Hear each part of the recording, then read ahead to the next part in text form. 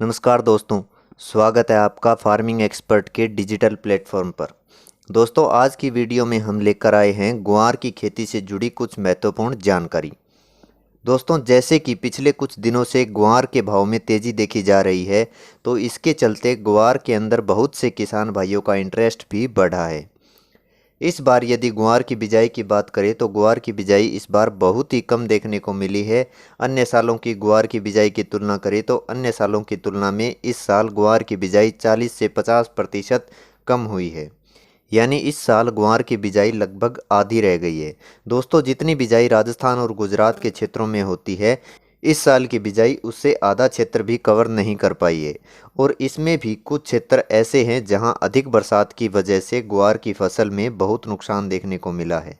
ऐसे में बहुत से किसान भाइयों का रुझान अचानक ग्वार की तरफ हो गया है।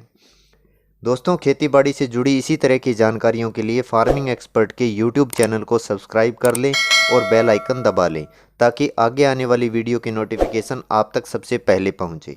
दोस्तों, बहुत से किसान भाइयों की डिमांड आ रही थी, उनके सवाल आ रहे थे ग्वार की खेती से जुड़े, जिन पर हम आज चर्चा करेंगे।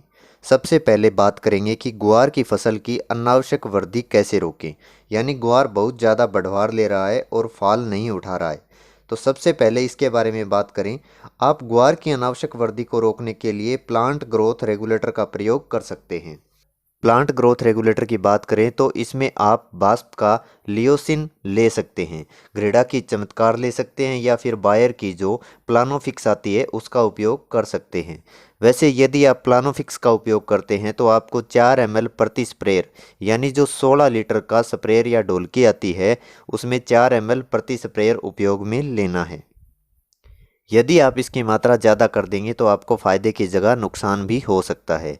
इससे जुड़ा आपका कोई भी प्रश्न हो तो आप वीडियो के नीचे कमेंट करके पूछ सकते हैं।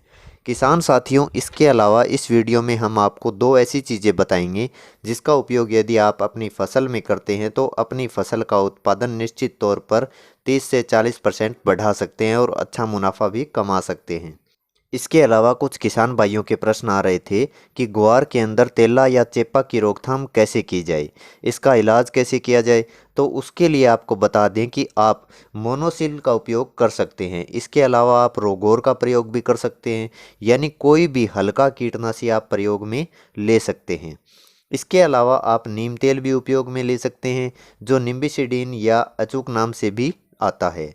और इसके साथ में स्ट्रेप्टोसाइक्लिन या बैक्टीरियामाइसिन पुड़ी, जो एक पाउच आता है, उसका उपयोग ज़रूर करें, ताकि फसल में यदि किसी भी प्रकार का बैक्टीरिया या फंगस है तो उसके ऊपर भी साथ में कंट्रोल हो जाए। दोस्तों, अब हम आपको ऐसी दो उपयोगी टिप्स बताएंगे जिसको यदि आप अपनाते हो तो आप ग्वार की फसल का बेहतरीन प्रोडक्शन ले सकते हो। दोस्तों, सबसे पहले बात करें तो आप अपनी ग्वार की फसल का निरंतर निरीक्षण करते रहें। जैसे ग्वार की फसल में आमतौर पर एक रोग देखने को मिलता है कि पौधे की ऊपरी शाखा के जस्ट नीचे एक ब्लैक हेड टाइप जैसा कुछ दिखने लगता है। यानी ग्वार की जो ऊपरी शाखा है उसके नीचे काले रंग के धब्बे बनने शुरू हो जाते हैं और ऊपरी जो शाखा है वो सिकुड़ जाती है और मुड़ जाती है, जिससे पौधे की ग्रोथ रुक जाती है और जो फाल है और जो फलियां हैं उन्हीं में सिमट कर रह जाता है, आगे नहीं बढ़ता है। जो ग्रोथ है वो बिल्कुल रुक जाती है। एक तो आपको इस रोग से ग्वार को बचाना है। दूसरी चीज़ जो ग्वार की फसल में आमतौर पर देखी जाती है, ग्वार की पत्तियों पर काले धब्बे, जो शुरू में छोटे आकार के होते हैं लेकिन धीरे धीरे वो बड़े होने लगते हैं और ग्वार पत्ती झाड़ हो जाता है, यानी पौधा पत्तियां गिराने लगता है। इसमें ये ब्लैक स्पॉट भी हो सकता है और येलो स्पॉट भी हो सकता है, यानी पीली पत्तियां होकर भी गिरने लग जाती है। तो इन दोनों ही चीज़ों के लिए आपको क्या काम में लेना है, कोई भी अच्छी कंपनी का कॉन्टैक्ट और सिस्टेमेटिक फंगिसाइड आपको लेना है और इसका उपयोग अपनी फसल पर करना है। लगभग 10 दिनों के अंतराल पर आप अपनी फसल में इसकी 2 स्प्रे ज़रूर निकाल दें, जिससे ये रोग आने की संभावनाएं काफ़ी हद तक कम हो जाएगी।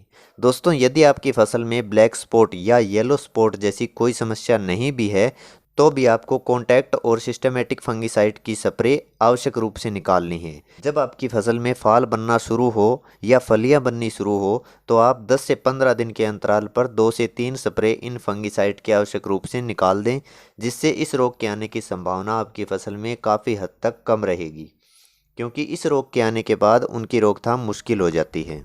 दोस्तों दूसरी चीज़ जो किसान भाई पूछ रहे हैं कि ग्वार की फसल में जो फाल नहीं आ रहा है, जो फलियां नहीं लग रही है, उसके लिए क्या किया जाए। इसमें जैसे हमने आपको पहले भी बताया कि जो अनावश्यक वृद्धि रोकने के लिए हम जिस ग्रोथ रेगुलेटर का उपयोग करेंगे वह भी फसल में फाल बनने को प्रेरित करता है। इसके अलावा आपको जो उपयोग में लेना है जिससे पौधे में फाल ज़्यादा से ज़्यादा लगे और फलियां भी ज़्यादा से ज़्यादा लगे, उसके लिए आप एग्रोमीन मैक्स का उपयोग कर सकते हैं। दोस्तों इसके अंदर सारे माइक्रो न्यूट्रिएंट्स होते हैं जिससे पौधों को अतिरिक्त पोषण मिलेगा, जिसकी वजह से पौधा ज़्यादा से ज़्यादा फाल बनाएगा और ज़्यादा से ज़्यादा फलियां बनेगी। इसके लिए आपको एग्रोमीन मैक्स की मात्रा लगभग 200 ग्राम प्रति एकड़ लेनी है और उसकी स्प्रे करनी है, जिसका बहुत अच्छा रिजल्ट आपको देखने को मिलेगा। दोस्तों इसके अलावा आप इफ़को का ह्यूमेचू भी ले सकते हैं।